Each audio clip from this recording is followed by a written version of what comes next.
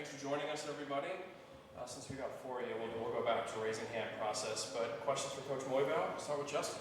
Good to see you, Lyle. Tell us about just the transition, what it's been like for you being the running backs coach and leading this group. It's been awesome. It's been a fun transition as far as taking the leading role of the running back coaching position. And I think the biggest difference between last year and this year, as far as being the assistant versus the running back coach, is the recruiting part of it, of being able to get out on the road, going and seeing guys, having conversations with parents, talking to coaches, when we're doing local recruiting out on the road, and being able to just get to know those local coaches as well as some of the other high school coaches out of state. But as far as the X's and O's, the scheme, the accountability part of it, of meeting with those guys, making sure academics are in order, nutrition, strength and conditioning, a lot of that stuff I was already sort of involved in before as the assistant. So recruiting would be the biggest part. And what was it like for you coaching alongside Alonzo? Really over the last couple of years, but especially the last year working with the running backs. Yeah, it was good. I think, Coach Carter is a real people person. He's able to understand the personalities, especially the different types of personalities amongst these young guys. So understanding that part of it and having his help with a lot of the communication that we were doing on how to handle different personalities of where guys were from and how it was, being from Texas, being from, Bay Area, being from, Orange County. Like, there's different types of lifestyles in those areas. So I think, his help of kind of breaking it down and giving me insight to what that is as he was hitting the road recruiting was really helpful with just creating a connection as he stepped on campus. Cohen, and then one. Not your first time being a running back coach. You've had experience in the past, but kind of through that time where you kind of took a break from it, what was the biggest thing you learned about coaching running backs? I think the biggest thing, coaching quarterbacks versus running backs it's two different worlds, man. When quarterbacks, a lot of the time you're talking about coach coverages and being able to see the secondary and obviously there's a lot of involvement in the box as far as a quarterback identifying what's going on. So that was really helpful just in terms of being able to understand big picture. But as you get into the world of the running back, well, now you're understanding blocking schemes, you're understanding protections, and how that works. And so having that background of being a quarterback, coaching quarterbacks, and understanding coverages and how those are tied to the fronts, and now being in control of the running backs, seeing the big picture has been the greatest thing about having that background in both positions. And then speaking of your running backs, you return Quincy and Kendrick. How is it kind of just having that stable presence that you had last year as well come back? It's awesome, man. I think we've got a great group of men, of leaders, and I think that's the number one goal as a position coach is you're always trying to create leaders within your position group that can lead the charge rather than always being the spokesperson, always trying to reinforce things. But when you've got guys like that are experienced, that are veteran guys that have played a lot of college football, and really taking on that role, it's like having two assistant coaches in the room already. And so the expectations, not just from me, are also from the guys in the room, and I think that raises the level of competition. It raises the level of expectations as well as the standard. One, and then Justin. You kind of mentioned already about Kendrick and Quincy, but with them not part of spring, how have the younger running backs looked, and what is it set up for the future of the running back room? Yeah, I think it's been a great spring so far. I believe, Wesley Yarborough, Cornelius Warren, and Antoine Roberts, I would consider him new to the this many reps as well, being that it's his first time playing Arizona football. So the type of spring we're having has been awesome. The things that you would expect from guys that are getting their first turn with Corn and Wes, of going through those learning, challenges every single day and taking the reps, as well as Antoine just getting the feel for, the chemistry part of it, understanding different strengths and weaknesses of each play, each concept, each scheme, and how important the details are. I think it's so much that we're learning day to day as a position group, especially those three guys, that it's just been awesome. You know, it's been awesome, and you could see it too. They're starting to lead by example of what Ked and Quincy have done. You know, Wesley, and the benefit to Wes and Corn is that they've seen it done with Ked and Quincy this past fall, and so they know what red line is. They know what, you know, that you got to execute, right? The effort, right? The accountability part of it, and so there is no excuse for them to not know what it is. They know what that standard is as a running back here at Arizona because of those guys that have done it this past year. And so it's cool because now and then, you know, every now and then you'll see one of those young guys take charge. And it's a proud moment for me because now I know, like, they're starting to feel that confidence, right? Having that confidence, getting out of their shell, no longer sitting in the back, but ready to, you know, be the leader of the group. And so it's just leading on the charge with that next generation. Justin and Nathaniel. Over the last couple of years, we've heard the Carterisms, the no block, no run, fast, violent, physical. Do you have any mantras or anything that you? Yeah, we had a little bit of carryover from Coach Carter. The one thing that we always broke every meeting, every practice was FVP, which stood for fast, violent, and physical.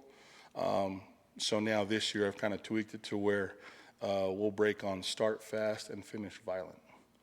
Yeah, so we want to be able to be familiar with, obviously, the term violence, but be comfortable with it by saying it, and by doing it, by living it. You know, that's one thing that we take pride in. You know, we've got to approach this game because violence, this is the one sport where you can get away with violence as long as it's within the rules, within the whistle, right? But it's actually welcome, and you actually get paid big money for it, right? And so that's something we want to be familiar and comfortable with. Looking forward to embracing the violence and delivering the violence and not running away from it. What was the process like to get Antoine Roberts in, and can you share with us his skill set and just how do you think he's going to fit into what you guys are doing? I think Antoine Roberts has been a great addition to the program overall. Man, he's a great kid. Has played a lot of football, has faced adversity in his past, and I think there's something to that. I think there's something to some of those guys that you're able to get on your roster that have faced some big-time adversity, and they were able to get through it and find their way back to the field. I think there is something to that as far as building a culture. I believe that's the type of culture we're creating, is being able to look adversity in the face and overcome it. And I believe that's something that he's familiar with, and he's shown that. And as far as being here as a Wildcat, man, he's fitting in with the guys. It's as if he's been here for 3 years in a row, you know, as far as the chemistry that they've built in the short time. He's a smart kid. He cares a lot. The care factor is there. He's always coming in for the extra, the unrequired, the in-between. And, again, just being able to see that, the steps that he's made, the steps that he's taken so far in such a short time, you just know that he's a natural-born leader. And so now you take those other two guys that have experience from this past season, and you throw Antoine into the mix. And as far as, like, him picking up information and picking up the playbook, he's so smart. He's able to retain information. And then, obviously, like, the execution part of it we're working on right now. But the cultural piece, being a good teammate, you know, fitting in with the rest of the room, all those pieces are definitely checked off, and it's been awesome to have them. Nathaniel and Colin. Yeah, just your comments on Saturday, anything you guys are sharing with each other, any advice you guys are giving each other? Yeah, I think it's, you know, it's always, I think the special thing about myself and Coach Deggy is we have a good feel for just kind of the temperature of the room. You know, I think that's important just in terms of being, for an offensive coordinator, right? He's got a plan. He's got directions for us as assistants. And so I think it's important as far as our alignment goes to have a feel, the temperature of, you know, Coach Deggy's making a statement. He wants this message to be delivered and clear cut for our guys. So you make sure you deliver that message to your guys in the same fashion. And I also think there's times where, you know, he'll ask for advice and he wants to talk and kind of bounce thoughts off of your what you think as an assistant coach, and so you have a conversation. Then there's just some times where, you know, you just see him redlining, you know, and coaches sort of say redlining, and as I just understand, like, give him his room, you know, let him go through it on his own, and then when he's ready to communicate and ask questions, then he'll come to us. But I think having that understanding, that true alignment amongst the staff, and that's just with everybody. I believe we all have a good feel for each other as far as alignment and understanding each other's, you know, temperature and, you know, okay, Coach Oglesby, he's obviously not happy. You can tell that based off of what you hear halfway across the field. And so maybe this question about protection, I'll wait a few periods, So I think having that understanding, but I think Coach Deggy's awesome. He's one of the best coordinators I've been around as far as taking in, information about what are your thoughts about this and how do you think, we should do that. And obviously, ultimately, he makes a decision on what goes in and what doesn't. But still, just having someone that's leading the charge to ask you for your input, if you have any sort of experience, can you teach me? It helps to motivate us as position coaches, assistant coaches, to always be digging for more, how to get better, how can we create a better offense, how can I create a better environment for my group that helps us, to execute what we're trying to get done as an offense. Cohen and Justin? Coach, I think most would say Quincy was a pleasant surprise last year, kind of the way he forced his way onto the field. What do you think is the next step for him as he kind of projects probably to have more of a workload this year? But I think it's exactly along the lines of what we've been talking about. Now it's like, okay, you're a great player. Can you be a great teammate? Can you become a great leader? I think there's still parts of his game that we can, maximize as we get him back out there again. But the biggest part is, yeah, all the answers, but can you help these guys figure it out to know it just as well as you do? That's been my biggest challenge to those returning guys, because they've been through the fire. They've seen the live bullets, and they know the correct way and the incorrect way of doing it. And so it's like, okay, so can you take that knowledge that you have, that experience that you have, and help this guy to understand it just as much as you do? Because these guys don't have the experience, but they're going to get it.